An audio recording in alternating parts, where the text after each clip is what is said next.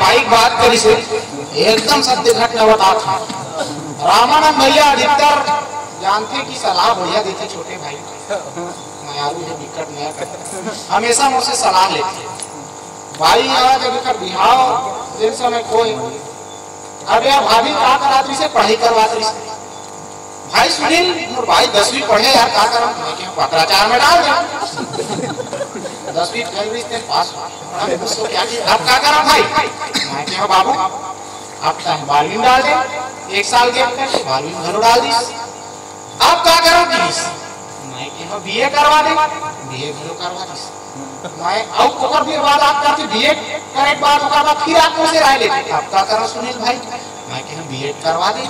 madam बना दे नहीं अब बना बीएड करवा ओखर बाद आई सलाह दे ज्यादा लेवे ना गुस्सा आ जाती कभी कभार बड़ गुस्सा में ये मोला कि भाई तय के तो 10वीं करा दे भाईला तय के तो 12वीं करा दे भाईला तय के तो बीए करा दे भाईला तय के तो बीएड करा दे भाईला अब क्या करें अब क्या करूं मैं के बाबू जब तक 10वीं करा दे 12वीं करा दे बीए करा दे बीएड करवा दे तैसे कर बनेगा लड़का देख के बिहाव घलो करवा तो हमारा रामानंद भैया की मोया है ये हमारे मन के हाथ दोनों भाई के बीच छोड़ा देती थे अपन घर के बारे में सब लसून